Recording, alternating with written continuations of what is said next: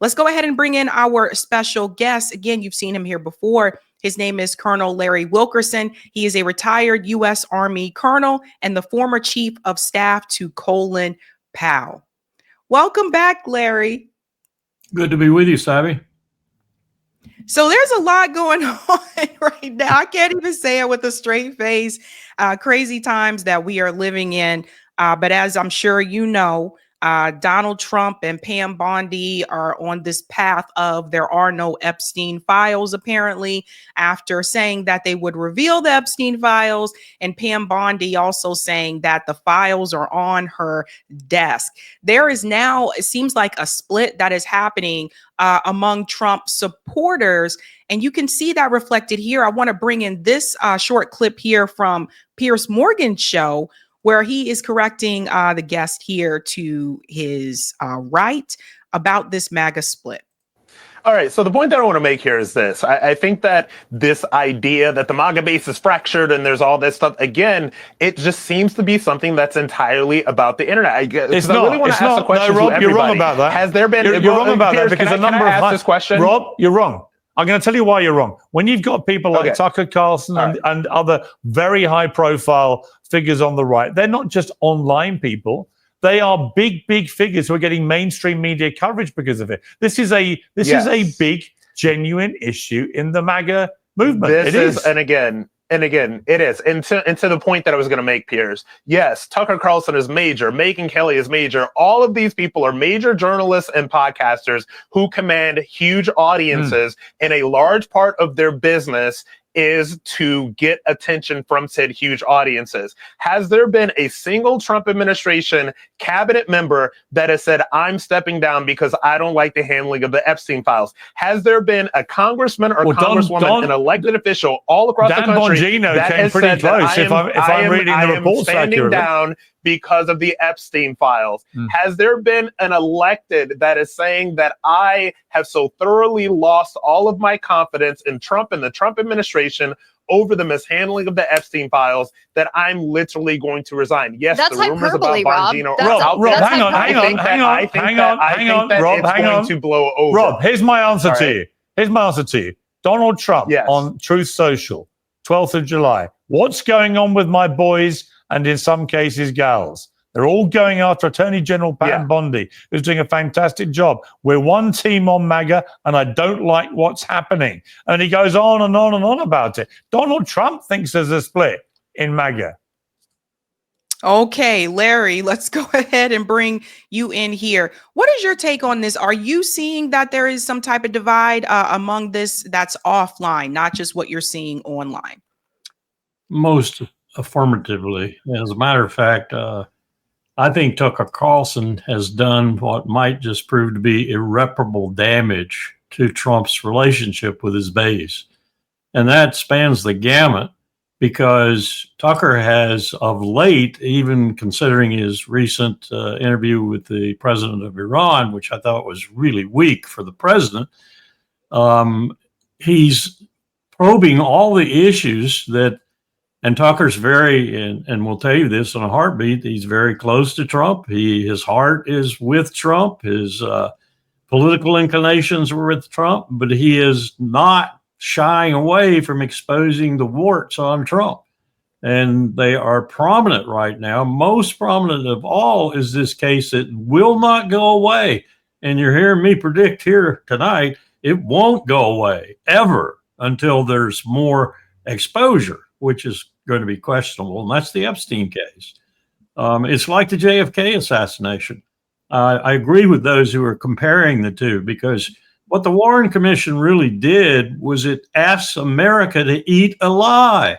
And it fabricated that lie very zealously, very painstakingly. It brought lawyers in to help fabricate that lie. Anybody going over the transcripts today must smack their forehead and say, how could this have happened in this country? And yet it did. And we were asked to eat that. And everyone from Noam Chomsky and The Nation on the extreme left to the extreme right bought the Warren Commission's findings. And they were preposterous. They were an abject lie. that's exactly what this business of Epstein has been so far. It isn't going away, and it's going to keep cracking the Trump MAGA following as long as it doesn't go away, and it isn't going away. And Tucker Carlson said this to an audience at the Turning Point conference recently to try to get them to understand that no, this is not okay. That people have to be held accountable. And I don't even know what Donald Trump's team was thinking, telling people that they were going to release this information in the first place, and then to pedal back and say there are no files. Well, Ghislaine Maxwell is in prison, and Ghislaine Maxwell said that she had a book and a list.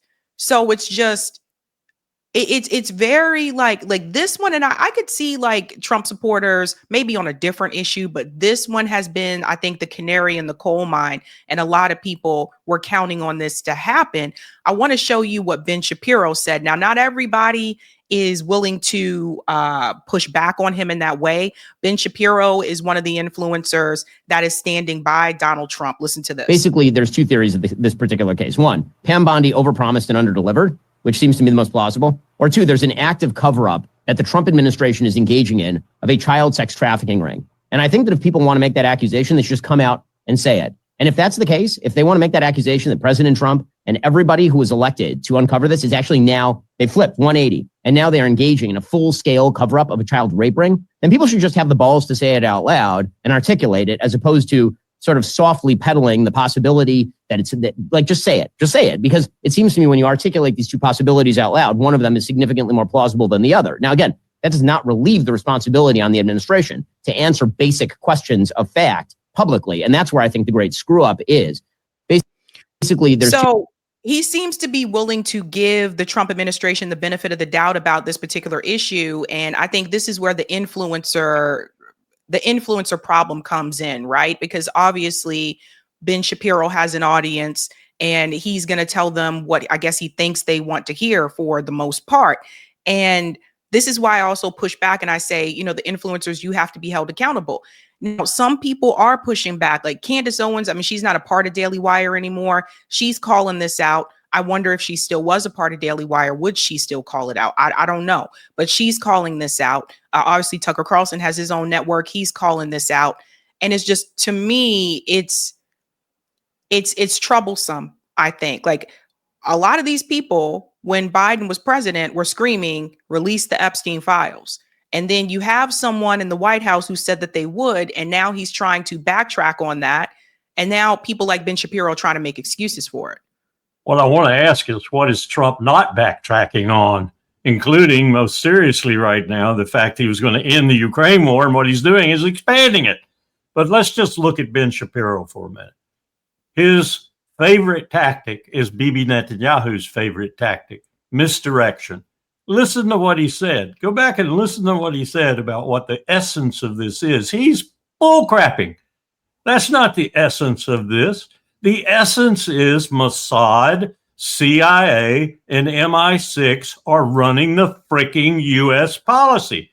They are integral to everything the empire is doing right now, and they are complicit in this, not only from the point of view that the CIA itself has put on notice and reprimanded 12 or 13 of its own operators for child pornography and other things. I suspect many more other things.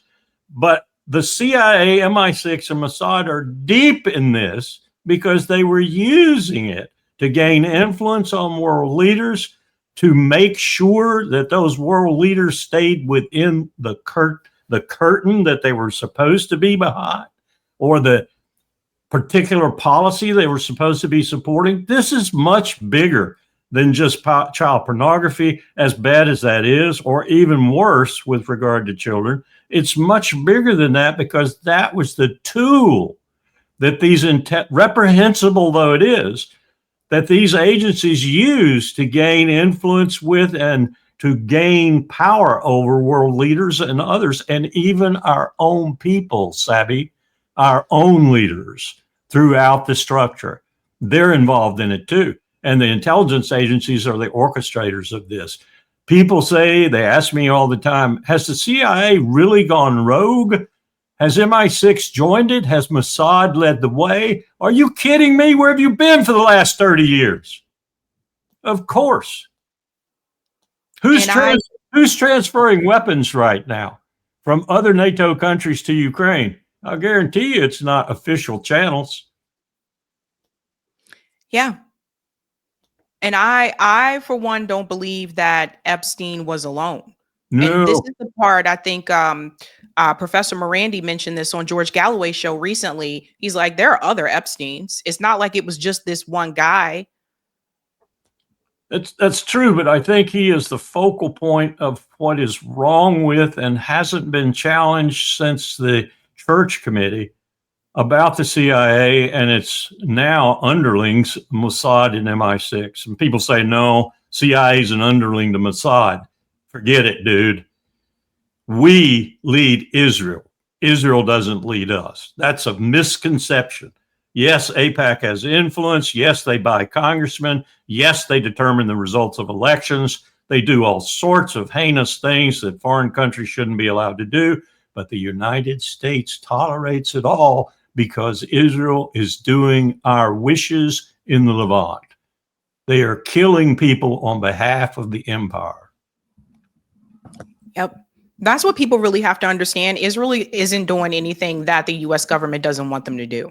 Not a bit. This is why I tried to tell people under Biden's presidency as well, when they said, well, we're trying to get a ceasefire. Then, of course, they revealed later on after Trump was elected that they never asked them to stop like dropping the bombs because, yeah, again, like they're not doing anything that the U.S. government doesn't want them to do. And this is where the games come in, right? Because now Ro Khanna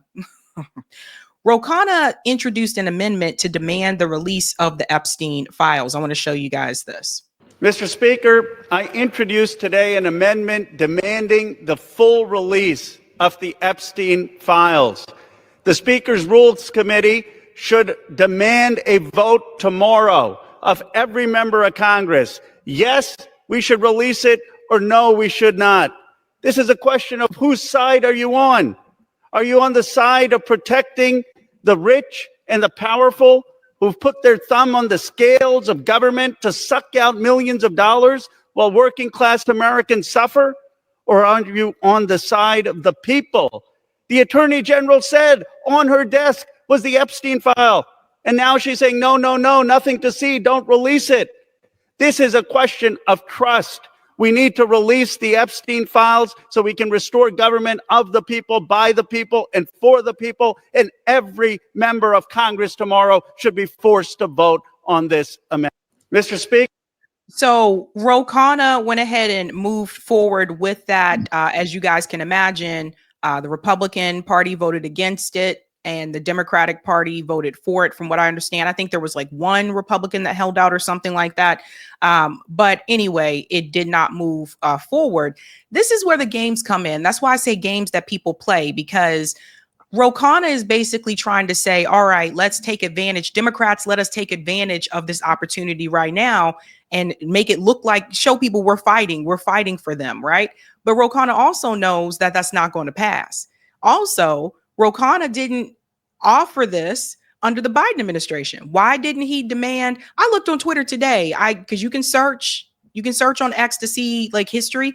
I looked on Twitter and Ro Khanna hasn't mentioned this at all. Hasn't mentioned until just recently. He hasn't mentioned Jeffrey Epstein at all. So why didn't you bring that forward during the Biden administration, Ro Khanna? So this is what I mean by I talk about the games that people play. He knew it wasn't going to pass. I saw the same thing with Steny Hoyer and Nancy Pelosi when they fought us trying to get the U.S. out of the war in Yemen, supporting Saudi Arabia, fought us right up to the moment prior to the vote, and they realized both houses were going to pass the legislation, War Powers Resolution. So all of a sudden, Pelosi and Steny Hoyer became advocates for the bill. Why? Because they knew that Trump would veto it.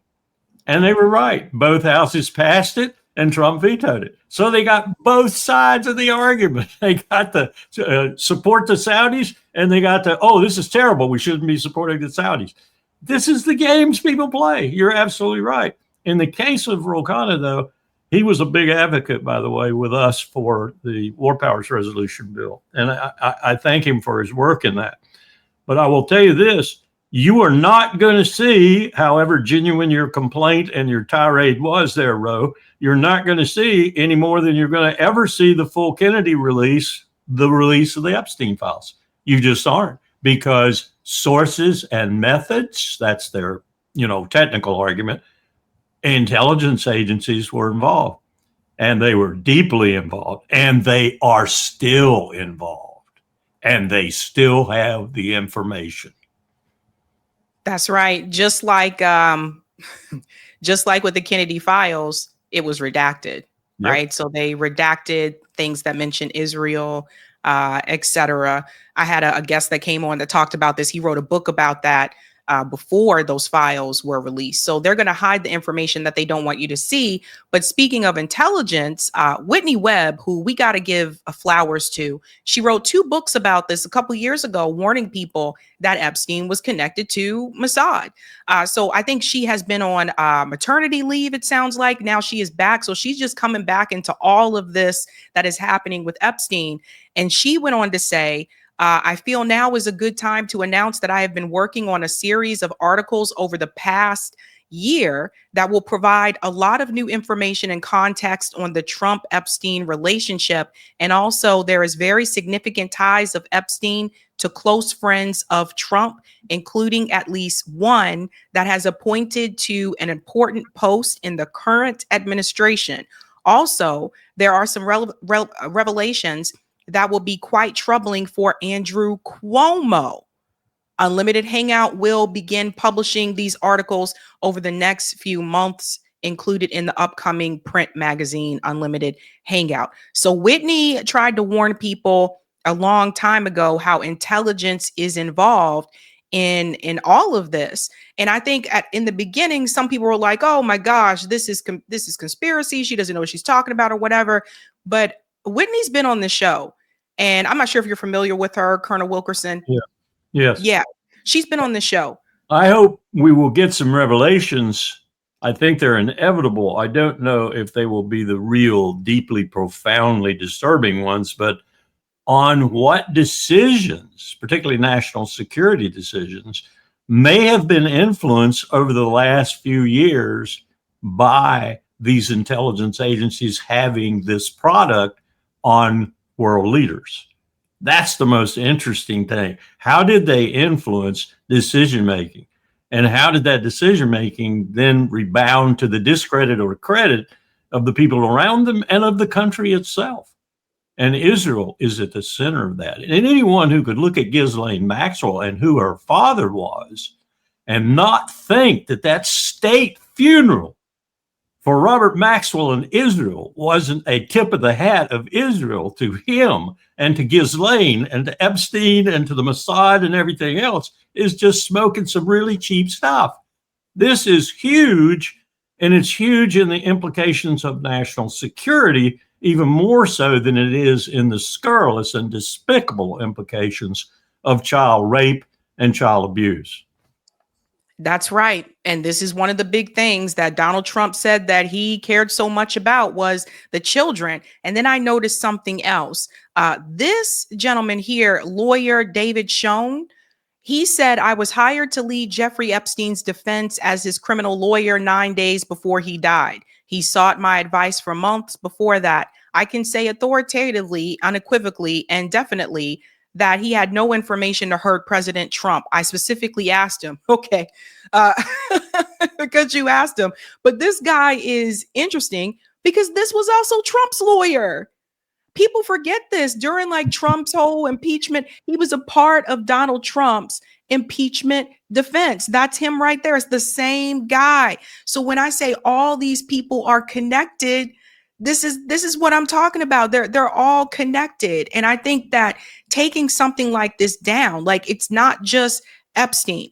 You got to connect the banks as well, Larry. Absolutely. Like don't forget the Virgin Islands, JP Morgan. The people that were paying Epstein a salary that was way beyond his talents and his position. and accoutrements there too, not just a salary. He was making quite a bit, and he was making it because he was doing a very vital and important function for the intelligence agencies of 3 countries. That's right. And then another thing I was going to ask you about this as well. When we're talking about the split that apparently is happening, have you ever seen this before? Have you seen people get like this divided over a president that they supported? I mean, like publicly split like this? It's happened before. I remember it happened pretty decidedly and deadly for H.W. Bush on another set of issues and in a different vein, national security vein in particular. It's what cost him the election, really. Israel ganged up on George H.W. Bush, even to the point of, I think there's evidence now that they might have even influenced H. Ross Perot to enter the race and run against H.W. Bush and steal some votes from him. And I know that they threw their money and weight to Bill Clinton to get H.W. unelected. And the reason for that was essentially what George H.W. Bush had made Israel do. And what he'd made them do was essentially enter the Oslo process. And they entered it kicking and screaming. And of course, they fouled their own bed in that process, and a 2-state solution didn't evolve from it. But that whole imbroglio really hurt H.W. Bush in a number of ways, including not getting elected again. And it put Bill Clinton in the White House. These are the kinds of things that go on, and I'm not insinuating that there was any Epstein information in there. I don't know. There could have been. But it was a situation where a president who was running at 90% all of a sudden drops down around 40 or 45%, and it's basically because his enemies have marshaled against him using intelligence and other things that they've gained through less than savory means. That could happen again with Trump. I don't know that it will, but I'll tell you, the thing that startled me most is not just Tucker. I've watched every one of Tucker's interviews, some of them 2 or 3 times, just to make sure I'm hearing what I'm hearing. But I've also listened to Marjorie Taylor Greene make a complete turn in the way she's dealing with this. And Marjorie Taylor Greene comes from Georgia, one of my home states. Georgia and South Carolina are my principal home states. And I've just marveled at her ignorance and her stupidity for so long. And then all of a sudden she starts speaking sense about war, sense about the war power, sense about Epstein, sense about other things that are troubling her clearly. And I'm asking myself, why has she shifted? Why has she changed? Because she's doing damage too. And I suspect there are going to be others who will follow suit. You'll never get some Luddite like Lindsey Graham to follow suit, but you are going to get other people who are going to start questioning what they've been doing for the past year or so, or even longer, with regard to MAGA and with regard to Trump. I hope so anyway, because it's becoming quite apparent that this is not only a bunch of clowns in charge of this country, that the people behind them manipulating the puppets in front of them are dangerous people, extremely dangerous people in some instances, and who actually want this World War III that we're trying to breed right now. That's what we're in, Sabby. We're in the opening stages of World War III. We've opened a theater in Central Europe. We're trying to open a clandestine one in Georgia, Romania, and Azerbaijan. We've opened a definitely hot one in Southwest Asia. We're trying to open one in the Baltic around territory the Russians really, really feel sensitive about.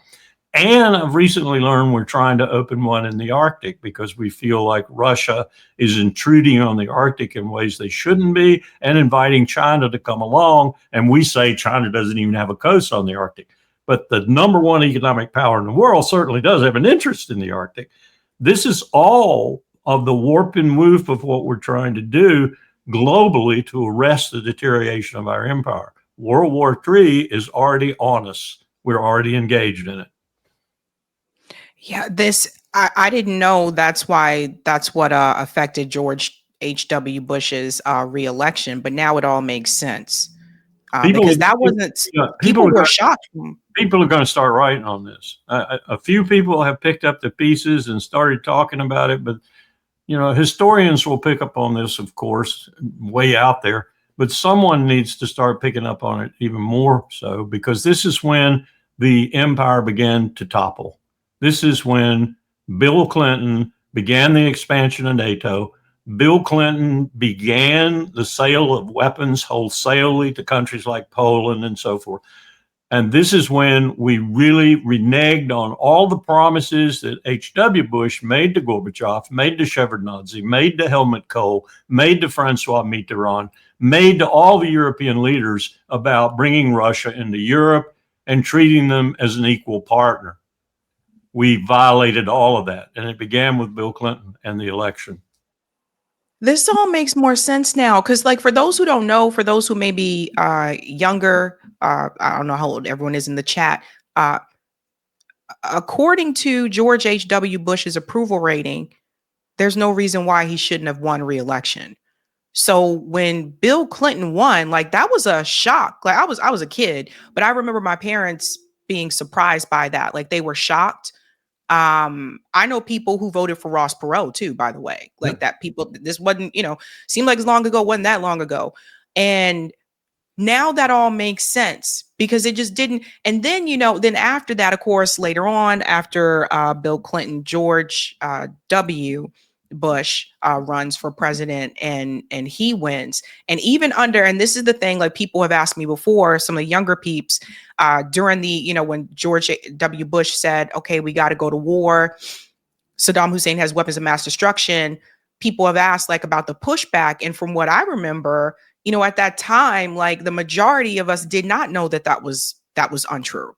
The majority of us didn't know. So I think the rise up that you guys have seen right after October 7th of people hitting the streets and protesting for Gaza, there were protests against the Iraq war. But I think what you have to remember is that we didn't have social media at that time. So just keep that in mind. And then I think that, it was a different environment at that point. But later on, they did admit that, it was built on a lie. But at that time, like the majority of Americans were not opposed to going to war with Iraq. And some people predicted this, and you'll have to let me know how you think about it, Larry. Some people predicted that they wanted to get George W. Bush in to go to war in the Middle East. What do you think about that? Yes, I do. I think they did. And let me back up a little bit and elaborate on what you just started there. I walked into Powell's office in August of 1992 with a little one-sheet paper. And that little one-sheet paper was my assessment of who was going to win the election. And he looked at me and he said, "You're kidding. You think Bill Clinton's going to win?" I said, "I do. In fact, I think he is going to win, and he's going to win completely. Electoral college, popular vote, and everything." "Why do you think that?" And I said, "Read the rest of the paper, sir." And the rest of the paper, he hadn't gotten to the rest of the paper, which essentially said, this is what it's going to mean for the military. And that was my real reason for handing it to him. After all, I was a military assistant. The disaster that was going to accrue to the military if he were elected. And that disaster unfolded itself. It very, very rapidly it unfolded itself. And in a very inexperienced president who didn't have a clue what he was doing and started out by telling Powell to make sure gays could serve openly in the military. Well, first thing that happened was Sam Nunn, then the most powerful man in the Senate, called Powell and said, "Over my dead body." So Bill Clinton then calls Powell and, mea culpa, please get me out of this. Please get me out of this. And we go into the don't ask, don't tell imbroglio. And that's what comes out of it, because that's the only thing we could come out to save the president's rear end with respect to Congress. All to say that as I watched that unfold, I realized we were dealing with a guy who hadn't a clue about what he was doing as president of the United States. And this was going to rebound and immeasurably to our discredit and to our disfavor, as well as the country's. And it began to unfold pretty rapidly that it was happening. Somalia happened, and we had a debacle in Somalia. Clinton handled it really badly. Les Aspin, his Secretary of Defense, handled it really badly. Powell was 3 days out of the chairmanship. Les Aspin fell on his sword over it, got the president. It was the president's fault. but the Secretary of Defense took the blame for it. Later, Aspen would suffer an early death because he was essentially fired by Clinton after that. All of this to say that we started on this road we're on right now at that moment. And that road is inexperienced presidents who don't know what they're doing, who have powerful men and women behind them who do know what they're doing. What they're doing is not conducive to the interests of the United States of America, but they're going to do it because they have inexperienced presidents or even willing presidents or even dumb presidents like Donald Trump through which to do it. We haven't fixed that problem since Bill Clinton. They basically want someone, and by they, I mean like the deep state, they basically want someone in the White House that is going to be pro-war, and the media too. Barack Obama tried. I'll give him credit. He tried. When I met with him in the White House in the last year of his second administration, and he looked at me with John Kerry sitting right beside him and said, quote, "There's a bias in this town toward war," unquote. I almost fell off my chair. Because he told me in those words that he knew what was happening to him. Interesting. And speaking of war, you mentioned Marjorie Taylor Greene. Here's another one. This is my comrade Kyle here.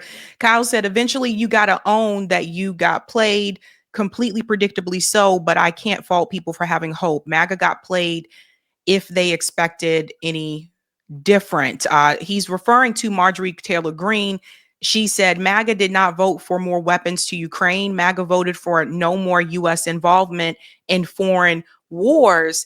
But what was interesting, she also had tweeted about the Epstein files as well. But when it came time to vote, she voted with her party. She didn't vote in favor to release those files. And see, these are the dynamics that I talk about when I say the games that people play. At the end of the day, people usually side along with their party. What about the anti-war folks? And what happens is the chairman of the Senate Select Committee on Intelligence and the House Committee on Intelligence run around and, they're the only people who know. They run around and they talk to other members, brief meetings, and say, you can't do that because you'll reveal the dirty laundry of the CIA, the Mossad, and MI6. You can't do that. And people get scared. They get scared because they're not read in. They're not on the select committees. And they quit and they don't vote, or they vote the way they're told to vote. That's how it works. I've watched it. So basically that means that to that point, Larry, that means that even though you're a member of Congress, then it's like step one, step two, right? Like I can't do this because I'm not in said political position. So I'm only city councilor, I'm only mayor. Then it's, well, I'm in Congress and we, write legislation and we hold the purse. But now it's, I'm in Congress, but I'm not on said committee. So I still don't really have any power, or I'm not a part of leadership. So I still don't have any power. Exactly. It would be like in a small example, it would be like a congressman running out and speaking to the mayor of Washington, D.C. and saying, if you implement that policy, things are really going to happen to you that are bad. And I can't tell you exactly what they are because they're classified, but they will happen to you. And then the mayor of Washington, D.C. reconsiders what she's going to do. I mean, that's a small example, but that's the kind of pressure and power that's wielded amongst people who are in the know against people who are not in the know. And people who are not in the know have to take the word of that specialist from the select committee because they do know. They know what the CIA is doing. They know what MI6 is doing. They know what Mossad is doing. Now, that may be a lie too. But the congressman or congresswoman can't accept that as, I'm going to go vote the other way anyway. I'm going to vote my conscience. Well, if you do, you're going to be damaging the country. That's the argument they use. And that's why those people get pushed out. Yep. And they can't vote their conscience. Then they don't really represent us. No, you're absolutely right. They think they are because they think they're listening to the committee chairman who know best. But in most cases, those people are twisting the intelligence for their own purposes as much as the intelligence agency is. I saw that with the Iraq War, too. I got caught in that with the Iraq War. the second Iraq war. That's crazy. I do want to highlight what Dwayne said. Dwayne said there were millions, to correct myself, there were millions that came out to protest against the Iraq war. So correcting myself there. Yeah, that was When I was in London, I saw the biggest anti-war demonstration I've ever seen. And later I was told it was the largest on the face of the earth to that point. There were 2.5 million Londoners all around me. The bobbies couldn't even move their horses. I feared for their horses because the horses they couldn't move. They couldn't budge because there were so many people between the Thames and the Parliament buildings. Solid flesh, solid human flesh. It's really interesting when we think about like the anti-war people, to the point that Marjorie Taylor Greene was making. What about the anti-war people that voted for Trump because he said that he was going to end these wars? I think we're going to hear more from them. I think we're going to see more pushback against their members of Congress and against Trump in general. I don't think they're going to lie down and go quietly into that dark night. I think MAGA is sundering right now. I think it's falling apart right now. And that's exactly what I've been seeing. And I know some people said, "Oh, it's only online," and I'm like, I don't really know about that. Like people like when I have people I know well from South Carolina, from Georgia, from Florida, from Texas, emailing me and saying, "What the hell's going on? I didn't vote for this." Then it's countrywide. Another thing is happening too, Larry, where we'll get back to Tucker Carlson, for example, interviewing people that Western media would never interviewing the president of Iran, interviewing Vladimir Putin, giving people a different perspective or a different side of the story that they would never hear on corporate media. Do you think that is also having an effect, that that's making people try to think twice about things, like maybe we don't need to get involved in these wars? There are some people it probably does have influence on, those people who actually think for themselves. Others are so fixed, they just say, well, that's Putin, he's a liar. Or that's Peshekin, the president of Iran, he's got to be a liar. I thought he did it, by the way, a very poor job on that interview. I never would have been so forgiving as he was. I can't believe that he was that way. I'm told right now that in the streets of Tehran and elsewhere in Iran, because their communications are pretty decent too, they are really angry with him for being such a kowtowing president, apparently, to the president of the United States. I mean, he as much as forgave Trump for a surprise attack that murdered people who were on leave in their homes with their children, and murdered some of their children and family members too. He should have been very straightforward about that. And he should have said something like, I'm not sure I ever want to deal with the U.S. president again, instead of being so forthcoming. The Iranian people are mad at him. They're mad at him. I guess his thing was he had to present himself in a certain way because he was talking to us in the West. And I think he is genuinely convinced that he can still maybe get the United States to diplomatically deal with him. And I think that is a grievous error on his part, because Netanyahu is the determinant here, not Trump. And Netanyahu is intending to go back to war with Iran. Yes. And you mentioned Netanyahu, and another thing that's happening too. I know we always talk about Gaza, and we're talking about the American that was just killed in the West Bank. But there's something else that Israel has been working on. I know I mentioned this to you before, Larry, these tunnels that they want to create for people to get to Jerusalem, more so Palestinians. Like they want to, like, this is really bad, you guys, when you hear this, but basically like they don't want them to, I guess, walk above ground in Jerusalem. Like it's really sick when you think about it, but they want to create tunnels for them to pass through. Yep. And it's as sick as the humanitarian aid points. I mean, I've been running a tab on how many people the Israeli Defense Forces and their cronies are killing at the sites where people have to come for food and water. It's 50 to 60 to 70 to 80. One day it was 125 per day. They're using those sites to kill people on a daily basis. They're using humanitarian aid to kill people. Yeah. It's really bad. I've seen some of those videos on X where literally people are lining up to get the food and get the aid, and they're just shooting them as they come to get food.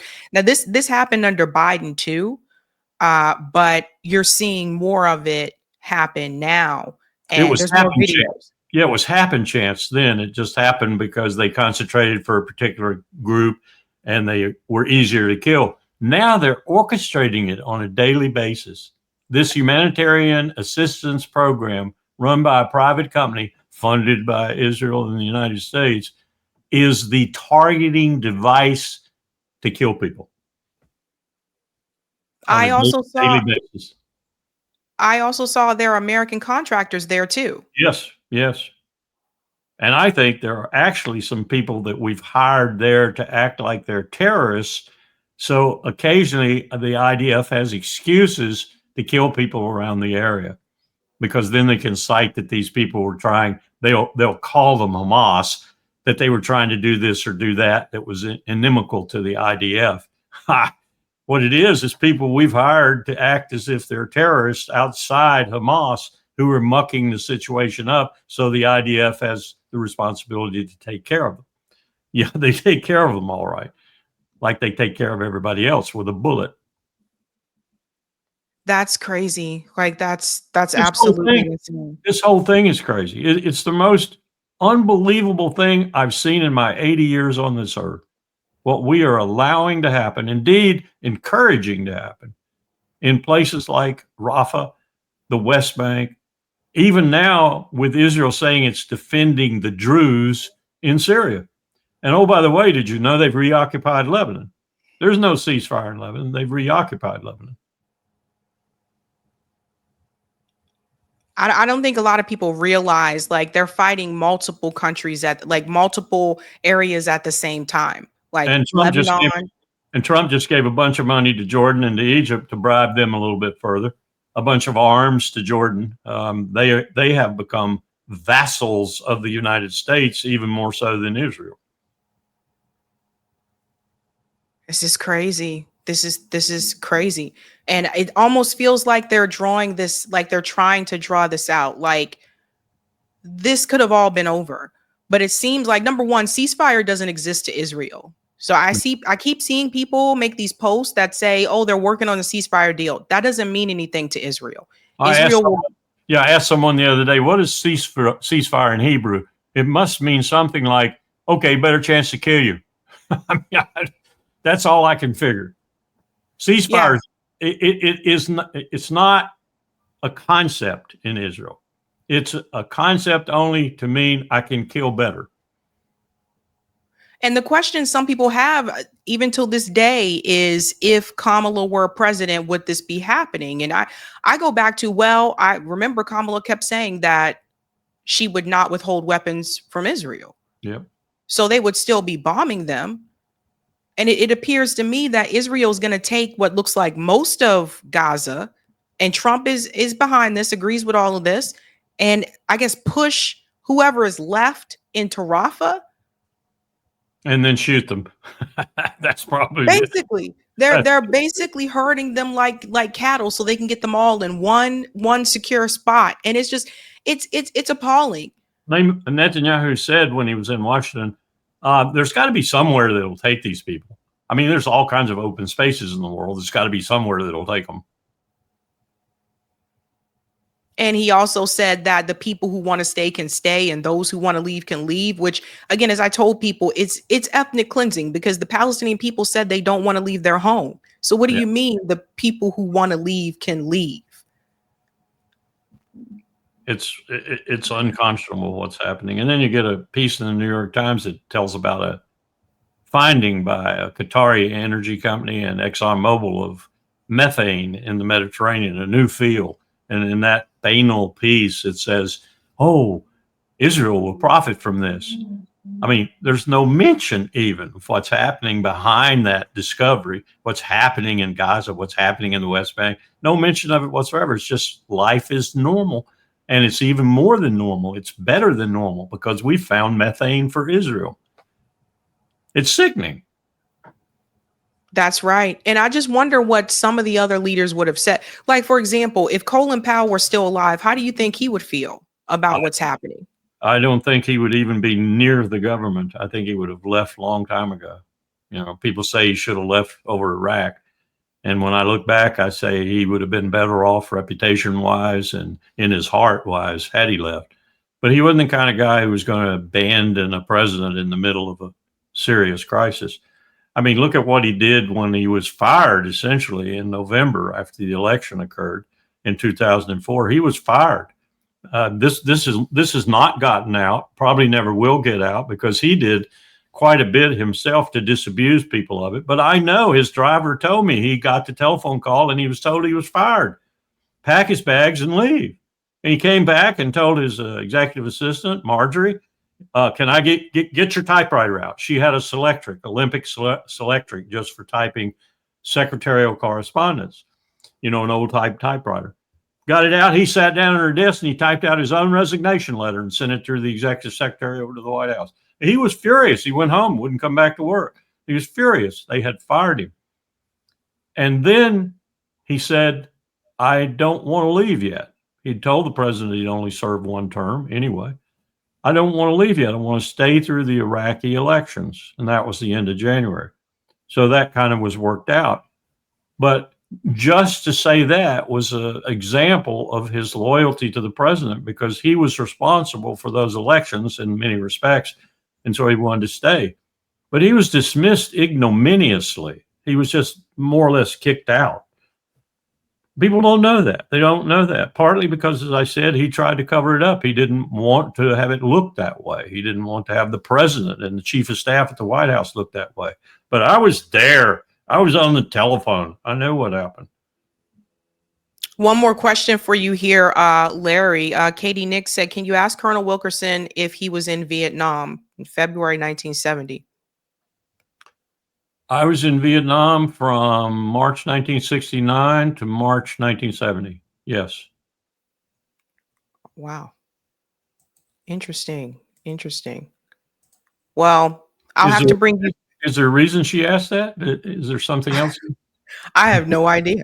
I have no idea, but I'll have to bring you back for the Vietnam series. We just started that to talk about that war, and we've been trying to make the connection from that to Gaza and other wars that we've had since then. Because I sincerely hope that it doesn't go the way, at least this country doesn't go the way of the point where we get back to the point where they say, well, we have to implement the draft, because younger people, for the most part, are not signing up to join the military.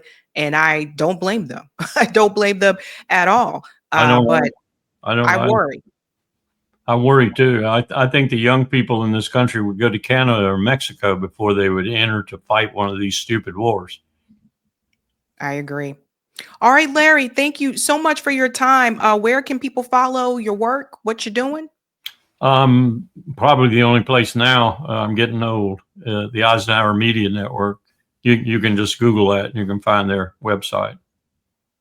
Thank you so much, Larry. Thank you for having me. Bye. Good luck. Thank you. May you continue to speak out. Thank you. Thank you so much.